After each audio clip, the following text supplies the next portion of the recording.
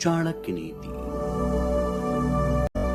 आचार्य चाणक्य कहते हैं, समुद्र में होने वाली वर्षा व्यर्थ है। जिसका पेट भरा हुआ है उसके लिए अन्न व्यर्थ है। पैसे वाले आदमी के लिए भेंट वस्तु का कोई अर्थ नहीं। दिन के समय जलता दिया व्यर्थ है। वर्षा के जल के समान कोई जल नहीं। खुद की शक्ति के समान कोई शक्ति नहीं। नेत्र ज्योति के समान कोई प्रकाश नहीं। अन्न से बढ़कर कोई संपत्ति नहीं। निर्धन को धन की कामना होती है, पशुओं को वाणी की कामना, लोगों को स्वर्ग की कामना, देव लोगों को मुक्ति की कामना। सत्य की शक्ति ही इस दुनिया को धारण करती है। सत्य की शक्ति से ही सूर्य प्रकाशमान है, हवाएं चलती हैं। सही में सब कुछ सत्य पर आश्रित है। लक्ष्मी जो संपत्ति की देवी है वो चंचला है। हमारी श्वास भी चंचला है। हम कितना समय जिएंगे इसका कोई ठिकाना नहीं। हम कहां रहेंगे ये भी पक्का नहीं। कोई बात यहां पर पक्की है तो ये है कि हमारा अर्जित पुण्य कितना है। आदमियों में नाई सबसे धूर्त है, कौवा पक्षियों में धूर्त है, लोमड़ी प्राणियों में धूर्त है, औरतों में लंपट औरत सबसे धूर्त है। ये सब आपके पिता हैं, जिसने आपको जन्म दिया, जिसने आपका यज्ञोपवीत संस्कार किया, जिसने आपको पढ़ाया, जिसने आपको भोजन दिया, जिसने आपको भयपूर्ण परिस्थितियों में बचाया। इन सबको अपनी माता समझे। राजा की पत्नी, गुरु की पत्नी, मित्र की पत्नी, पत्नी की मां, आपकी मां। एक लालची आदमी को भेंट वस्तु देकर संतुष्ट करें। एक कठोर आदमी को हाथ जोड़कर संतुष्ट करें। एक मूर्ख को सम्मान देकर संतुष्ट करें। एक विद्वान आदमी को सच बोलकर संतुष्ट करें। एक बेकार राज्य का राजा होने से बेहतर है कि व्यक्ति किसी राज्य का राजा ना हो। एक पापी का मित्र होने से बेहतर है कि बिना मित्र का हो। एक मूर्ख का गुरु होने से बेहतर है कि बिना शिष्य वाला हो। एक बुरी पत्नी होने से बेहतर है कि बिना पत्नी वाला हो। आचार्य चाणक्य कहते हैं, पत्नी का वियोग होना, अपने ही लोगों से बेइज्जत होना, बचा हुआ ऋण, दुष्ट राजा की सेवा करना, गरीबी और दरिद्रों की सभा, ये 6 बातें शरीर को बिना अग्नि के ही जला देती हैं। नदी के किनारे वाले वृक्ष, दूसरे व्यक्ति के घर में जाने अथवा रहने वाली स्त्री और बिना मंत्रियों का राजा, ये सब निश्चय ही शीघ्र नष्ट हो जाते हैं। एक ब्राह्मण का बल तेज और विद्या है। एक राजा का बल उसकी सेना में है। एक वैश्य का बल उसकी दौलत में है और एक शूद्र का बल उसकी सेवा परायणता में है। वैश्य को निर्धन व्यक्ति को त्याग देना चाहिए। प्रजा को पराजित राजा को त्याग देना चाहिए। पक्षियों को फल रहित वृक्ष त्याग देने चाहिए और अतिथियों को भोजन करने के पश्चात मेजबान के घर से निकल जाना चाहिए। ब्राह्मण दक्षिणा मिलने के पश्चात अपने यजमानों को छोड़ देते हैं।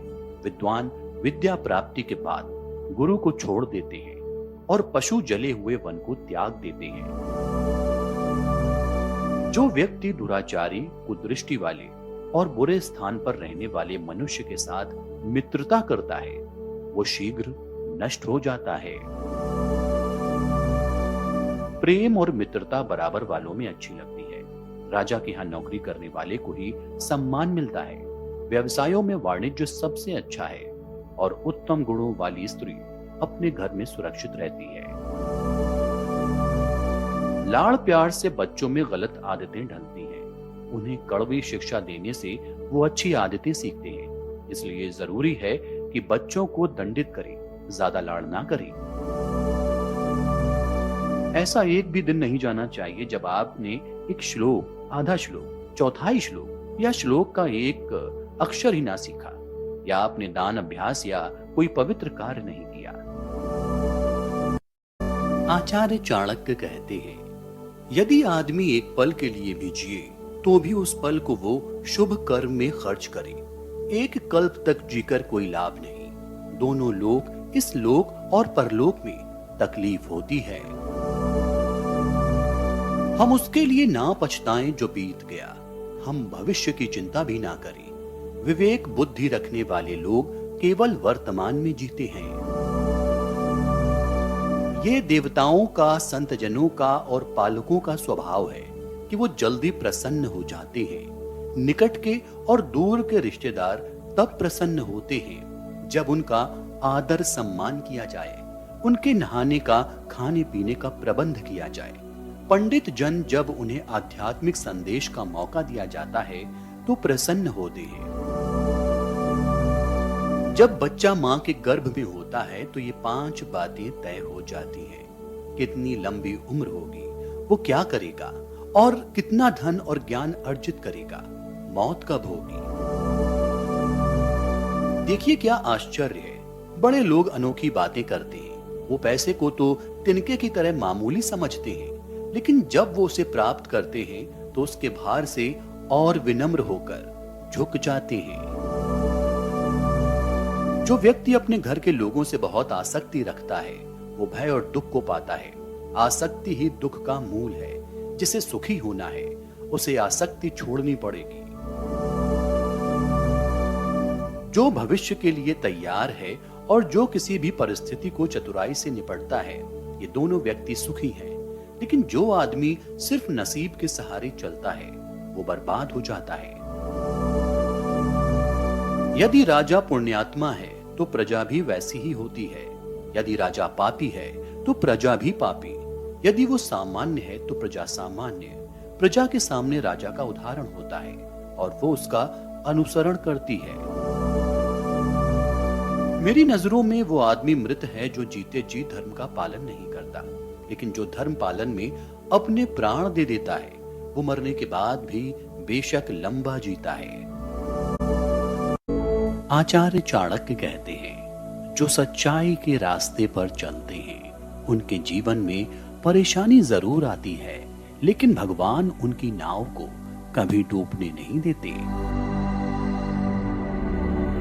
अकेले खड़े रहने का साहस रखो, चाहे पूरी दुनिया आपके विरोध में हो।